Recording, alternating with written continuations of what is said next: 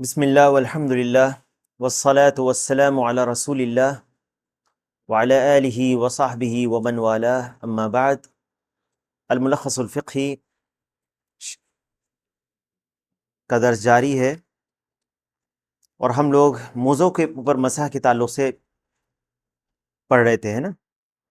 موضوع کے تعلق سے کچھ شرطیں ہیں مسح کرنے کی، ذرا دھیان سے سنیں کیونکہ پچھلے درس میں موضوع کے مسح کے تعلق سے بعض چیزیں بیان ہو چکی ہیں۔ آج ہم لوگ پڑھیں گے شروط کیا ہیں اس کے۔ شروط المسح علی الخفین ونحوہما، موزوں پر مسح یا موزوں اور ان کے علاوہ اور بھی چیزیں جو کسی چیز کو چھپا کر رکھتی ہیں وضو کو، مثال کے طور پر پلاسٹر وغیرہ اگر ہو گیا ہے تو کیسے کریں گے۔ پہلے موزوں کا دیکھتے ہیں۔ اس کے لیے سب سے پہلی شرط یہ ہے موزوں پر مسح کے لیے، یشترط للمسح علی الخفین وما یقوم مقامہما من الجوارب ونحوہا، موزوں پر اور اسی طرح سے موزہ یا چمڑے کا ہو یا اون کا ہو، کاٹن کا ہو، اس پر سب سے پہلی شرط یہ ہے ان یکون الانسان حال لبسہما علی طہارت من الحدث، کہ موزوں کو پہننے سے پہلے، میں موزہ لفظ استعمال کروں گا، وہ چمڑے کا بھی شامل ہے اور کپڑے اور اون وغیرہ کا بھی شامل ہے، کیونکہ میں نے اس کی تفصیل پچھلے درس میں بتا دی ہے کہ نبی صلی اللہ علیہ وسلم سے چمڑے کے موزوں پر ثابت ہے اور صحابہ سے کپڑوں وغیرہ پر بھی ثابت ہے۔ سب سے پہلی شرط کہ اسے طہارت کے حالت میں پہنا گیا ہو۔ طہارت سے مراد یہ ہے کہ مکمل وضو کے بعد پہنا گیا۔ کیا مراد ہے اس سے؟ مکمل وضو کر کے پہنا گیا ہو، یعنی آپ نے جب مکمل وضو کر لیا ہو اس کے بعد پہنا ہو۔ ایسا نہیں کہ آپ نے پاؤں دھویا، پہلے دائیں پاؤں، اس میں آپ نے موزہ پہن لیا، پھر آپ نے بایاں پاؤں دھویا پھر موزہ پہنا، ایسا نہیں۔ دونوں پاؤں دھونے کے بعد آپ نے وضو کیا ہو، کہ ظاہر جو لفظ حدیث کا اسے یہی پتہ چلتا ہے۔ لما فی الصحیحین وغیرہما، جیسے کہ صحیحین وغیرہ میں ہے، ان النبی صلی اللہ علیہ وسلم قال لمن اراد نزع خفیہ وهو یتوضا، نبی صلی اللہ علیہ وسلم جب وضو کر رہے تھے اور ایک صحابی نے، یہ غالباً مغیرہ بن شعبہ رضی اللہ عنہ کی حدیث میں، اتارنے کی کوشش کی، تو اللہ کے نبی صلی اللہ علیہ وسلم نے کیا کہا؟ دعہما فانی ادخلتہما طاہرتین، انہیں چھوڑ دو کیونکہ میں نے انہیں طہارت کی حالت میں داخل کیا ہے، جب یہ طہارت کی حالت میں ہے۔ وحدیث امرنا ان نمسح علی الخفین اذا نحن ادخلناہما علی طہر، ہمیں حکم دیا گیا ہے کہ ہم موزوں پر مسح کریں اگر ہم نے انہیں طہارت کی حالت میں پہنا ہو۔ یہ واضح دلالت ہے اس بات پر کہ موزوں پر مسح کرنے کے لیے شرط ہے طہارت کی حالت میں اسے پہنا گیا ہو۔ فلو کان حال لبسہما محدثا، اگر آپ نے اسے بغیر وضو کی حالت میں پہنا ہو تو اس پر موزے پر مسح کرنا جائز نہیں ہوگا۔ دوسری شرط وَيَشْتَرِطُ أَنْ يَكُونَ الْخُفُّ وَنَحْوُ، یہ بھی شرط ہے کہ جو موزہ وغیرہ آپ نے پہنا ہے وہ مباح ہو، مباح کا معنی جائز ہو۔ فَإِنْ كَانَ مَغْصُوبًا، اگر یہ غصب کیا گیا ہو، چوری کا ہو، او حریراً، اگر مغصوب ہو، مغصوب سے مراد غصب کیا گیا، چوری کیا گیا ہو، لیا گیا ہو زبردستی کسی سے، یا وہ کہتے ہیں دوسری شرط کہ وہ مباح اور جائز ہو، یعنی موزہ اگر حرام ہے تو اس پر مسح نہیں کیا جائے گا، جیسے کہ غصب کیا گیا ہو یا ریشم کا ہو مرد کے لیے، کیونکہ مرد کے لیے ریشم حرام ہے، او حریراً بالنسبة للرجل لم يجز المسح علیہ، لم يجز المسح علیہ، اس پر مسح کرنا جائز نہیں ہے۔ لأن المحرم لا تستباح به الرخصة، کیونکہ حرام کے لیے حرام جو ہے وہ رخصت کو جائز نہیں کرتا۔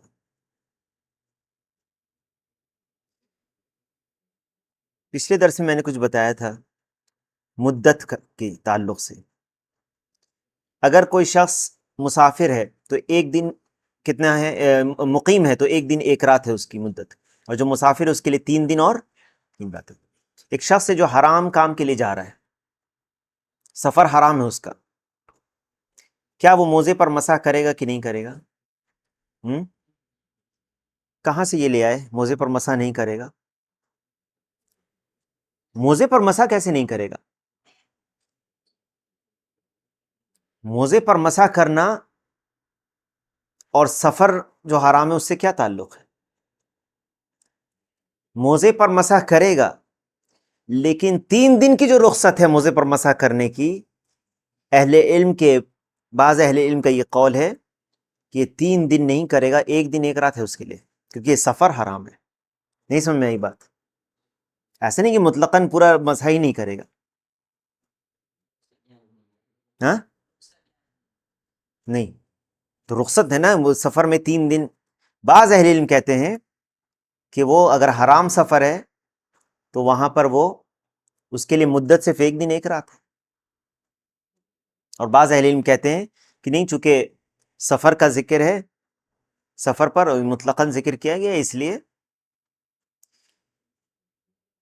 یہاں پر جو شیخ بیان کر رہے ہیں کہ چاہے وہ حرام طریقے سے لیا گیا ہو یا وہ حرام چیز کا ہو، اس پر مسح نہیں ہوگا۔ اور تیسری شرط کہتے ہیں وَيَشْتَرِطُ أَنْ يَكُونَ الْخُفُّ وَنَحْوِهِ سَاتِرًا لِلرِّجْلِ، ساتر ہو، چھپایا ہوا ہو، پاؤں چھپا ہوا ہو، ایسا نہیں کہ جیسے آپ نے پہن رکھا ہو صرف سول جس سے چھپتا ہے اور تھوڑا سا آپ کے ٹخنے چھپ جاتے ہیں، آگے کی انگلیاں چھپ جاتی ہے، اس طرح کا جو موزہ ہے وہ اس پر مسح نہیں ہوگا۔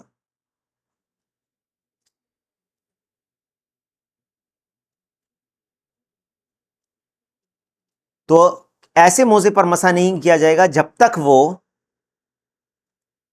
وہ پوری طرح سے چھپانے والا نہ ہو پاؤں کو، وہ حصے چھپے ہونے چاہیے جو دھونا ضروری ہے، پاؤں کے وہ حصے جو دھونا ضروری ہے وہ چھپا ہونا چاہیے۔ شیخ کہتے ہیں کہ اگر ایسا نہیں ہے یا ایسا موزہ ہے جو ٹخنوں سے نیچے ہے، بِأَنْ كَانَ نَازِلًا عَنِ الْكَعْبِ أَوْ كَانَ ضَافِيًا لَكِنَّهُ لَا يَسْتُرُ الرِّجْلَ، اگر وہ ٹخنے سے نیچے ہے یا ٹخنے کھلے ہوئے ہیں تو ٹخنا دھونا ضروری ہے کہ نہیں وضو میں؟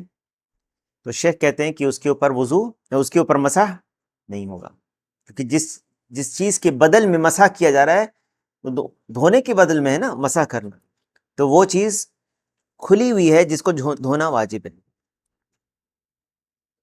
یا اتنا زیادہ پتلا ہے موزہ جو بالکل پتلا ہو کہ چمڑا آپ کا نظر آ رہا ہو، یہ بھی بعض اہل علم کہتے ہیں کہ اس پر نہیں ہوگا۔ اس کے بعد شیخ کہتے ہیں وَيُمْسَحُ عَلَى مَا يَقُومُ مَقَامَ الْخُفَّيْنِ فَيَجُوزُ الْمَسْحُ عَلَى الْجَوْرَبِ أَوْ الصَّفِيقِ الَّذِي يَسْتُرُ الرِّجْلَ مِنْ صُوفٍ أَوْ غَيْرِهِ، کہتے ہیں کہ اسی طرح سے جو اس کے قائم مقام ہو، موزوں کے قائم مقام ہو، چمڑے کے موزے کے قائم مقام جیسے اون کا موزہ یا اس کے علاوہ کوئی اور کپڑے وغیرہ کا ہو، لأن النبی صلی اللہ علیہ وسلم مسح علی الجوربین والنعلین، کیونکہ نبی صلی اللہ علیہ وسلم نے موزوں اور جوتیوں پر مسح کیا، رواہ احمد وغیرہ وصححہ الترمذی۔ پچھلے درس میں یہ بیان ہوا تھا کہ نبی صلی اللہ علیہ وسلم سے چمڑے کے موزے پر ثابت ہے اور کپڑے کے موزے پر صحابہ سے ثابت ہے۔ یہ جو حدیث ہے یہ سندن ضعیف ہے، سمجھ میں آ رہی ہے بات کہ نبی صلی اللہ علیہ وسلم نے جو رب پہ کیا، یہ سندن ضعیف ہے، اس میں جیسے کہ سفیان الثوری اور علی بن مدینی کہتے ہیں کہ یہ ضعیف ہے۔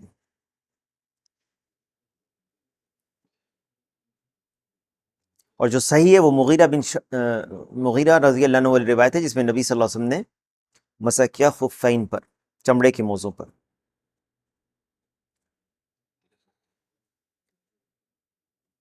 لیکن علی کل حال صحابہ سے ثابت ہے موزوں پر مسح کرنا، اون کے موزوں پر اور چمڑے کے موزوں پر بھی۔ ترمذی نے صحیح قرار دیا ہے اس کو، یعنی ترمذی کی جو شرط ہے، یا امام ترمذی کے جو ہے وہ صحیح قرار دیتے ہیں اس کے۔ ہو سکتا ہے کہ اس سند میں ان کے نزدیک یہ صحیح ہو، لیکن بعض اہل علم کے نزدیک، جسے ابھی میں نے بتایا کہ سفیان الثوری اور علی بن مدینی اس کو ضعیف قرار دیتے ہیں۔ اور جو صحیح ہے وہ مغیرہ بن شعبہ رضی اللہ عنہ والی روایت ہے کہ نبی صلی اللہ علیہ وسلم نے چمڑے کے موزوں پر مسح کیا۔ شیخ کہتے ہیں وَيَسْتَمِرُ الْمَسْحَ عَلَيْهِ إِلَى تَمَامِ الْمُدَّةِ، یہ مسح کب تک کرے گا؟ جب تک مدت مسح کی جاری رہے گی۔ دون ما يلبس فوقه من خف أو نعل ونحوه، ولا تأثير لتكرار خلعه ولبسه إذا كان قد بدأ المسح على الجورب، مسح کر سکتا ہے جب تک اس کی مدت باقی ہے، لیکن اگر اس کے اوپر مدت ختم ہو چکی ہے، مدت ہے، وضو کی حالت نہیں ہے، لیکن اس نے اوپر جوتا پہن لیا اس نے، ٹھیک ہے، تو جوتے کے اوپر اس حالت میں پھر مسح نہیں کرے گا، بلکہ اس پر مسح کرے گا جو طہارت کی حالت میں جس موزے پر اس نے مسح کیا تھا۔ واضح ہے؟ پہنا تھا جس موزے کو، بعد میں اس نے جوتا پہنا ہے۔ اسی طرح سے کہتے ہیں کہ اگر جوتا اتارتا ہے، پہنتا ہے، تو اس سے کوئی ولا تأثیر لتکرار خلعه ولبسه اذا كان قد بدأ المسح على الجورب، ويجوز المسح على الامامة بشرطين، دو شرطوں کے ساتھ امامہ پر۔ اب امامہ پگڑی پر کیا مسح ہو سکتا ہے؟ پگڑی پر مسح کریں گے؟ کریں گے، اگر پگڑی آپ نے باندھ رکھی ہے تو پگڑی پر مسح کر سکتے ہیں۔ اس کے لیے صرف دو شرطیں ہیں جو شیخ بیان کرتے ہیں، اور ایسے بعض اہل علم کے نزدیک ایک ہی شرط ہے صرف۔ پہلا یہ ہے ان تکون ساترہ لما لم تجل العادة بکشف من الرأس، سر کو چھپا ہوا ہونا چاہیے، سر کے اوپر بندھی بھی ہو، سر چھپی بھی ہو پگڑی سے۔ اور دوسری شرط جو شیخ بیان کرتے ہیں ان تکون الامامہ محنکہ، یا جس کو باندھ کر کے ایسے یہاں سے لپیٹتے ہیں۔ آپ دیکھیں گے موریتانیہ وغیرہ کے لوگ جہاں بہت زیادہ ریگستانی علاقے، جہاں دھول وغیرہ بہت ہوتی ہے یا ریت کی آندھی چلتی ہے، وہاں لوگ اس طرح کے محنکہ پہنتے ہیں، اس طرح سے پگڑی کو سر پہ باندھا اور پھر اس کو نیچے سے ایسے لا کر کے ایسے کپڑے کو بھی منہ پر لگا لیتے ہیں تاکہ وہ ریت ان کے ناک وغیرہ میں نہیں جائے، یہ ہے محنکہ۔ اس طرح کے، یا جس میں دو پیچھے یہ ہوتا ہے، کیا کہتے ہیں اس کو، پگڑی کے جو دو سرے ہوتے ہیں پیچھے کی طرف لٹکے ہوئے، جیسے افغانی پگڑی آپ دیکھتے ہیں۔ لیکن یہ جو دوسری شرط ہے، اس کے لیے بعض اہل علم کہتے ہیں کہ نہیں، یہ دوسری شرط کے بارے میں حدیث میں نہیں آیا ہے کہ وہ ایسے ہی ہونا چاہیے، تو جو پگڑی ہے اس کے اوپر مسح ہو سکتی ہے۔ پھر مسئلہ ہے کہ کیا پگڑی کو بھی اسی طرح سے جیسے موزے پر مسح کرنے کے لیے پہلے طہارت کی حالت میں آپ نے موزہ پہنا ہو، اس طرح سے کیا آپ نے پگڑی پہنی ہو تبھی آپ مسح کریں گے؟ کیا آپ نے طہارت وضو کر کے پگڑی پہنی ہو تبھی آپ مسح کریں گے؟ یا بغیر وضو کے آپ نے اگر پگڑی پہن لی ہے تو آپ اس پر مسح کر سکتے ہیں؟ اس میں اہل علم کا اختلاف ہے، لیکن جو راجح قول شیخ کے نزدیک اور جو اللہ عالم جو زیادہ صحیح معلوم ہوتا ہے، اس کے لیے یہ شرط نہیں ہے۔ طہارت کے بعد پگڑی پہننا یہ شرط نہیں ہے، لیکن موزوں میں شرط ہے، یہ واضح ہے۔ نبی صلی اللہ علیہ وسلم سے عمامہ پر مسح کرنا ثابت ہے۔ عمر رضی اللہ عنہ کہتے ہیں من لم یطہرہ المسح علی العمامہ فلا طہرہ اللہ، جسے مسح امامہ پر مسح کرنے سے طہارت حاصل نہیں ہوتی، اللہ اس کو پاک نہ کرے۔ وَإِنَّمَا يَجُوزُ الْمَسْحُ عَلَى الْخُفَّيْنِ وَالْعَمَامَةِ فِي الطَّهَارَةِ مِنَ الْحَدَثِ الْأَصْغَرِ، یہ جو پگڑی یا موزوں پر مسح کا تعلق ہے یہ صرف حدث اصغر کی حالت میں ہے، حدث اصغر کی حالت میں ہے، حدث اکبر کے لیے نہیں ہے۔ وَأَمَّا الْحَدَثُ الْأَكْبَرُ فَلَا يُمْسَحُ عَلَى شَيْءٍ مِّن ذَلِكَ فِيهِ بل يجب غسل ما تحتهما، یہ معلوم ہے آپ لوگوں کو، حدث اکبر میں غسل میں پورے جسم پر پانی بہانا ضروری ہے، جس میں پاؤں پر بھی پانی بہانا ضروری ہے، اور سر پر تو ہے نا۔ اب آخری میں ایک چیز پر مسح باقی رہ جاتا ہے، اور وہ کیا ہے؟ پلاسٹر وغیرہ پر، جو ہڈی کے ٹوٹنے پر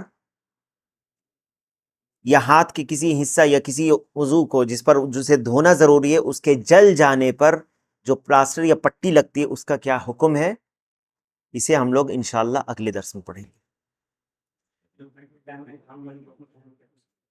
نہیں، پگڑی وہ نہیں ہے، اور نہ ہی ٹوپی پر مسح ہوگا، ٹھیک ہے۔ واللہ تعالی اعلم، بارک اللہ فیکم وجزاکم اللہ خیرا۔ اللہ تعالیٰ سے دعا ہے کہ اللہ تعالیٰ ہم سب کو علم نافع اور عمل صالح کی توفیق عطا فرمائے، اللہ تعالیٰ ہم سب کا جمع ہونا قبول کرے، اللہ تعالیٰ ہم سب کے گناہوں کو بخش دے۔ سبحانک اللہم و بحمدک، اشہد ان لا الہ الا انت، استغفرک و اتوب الیک۔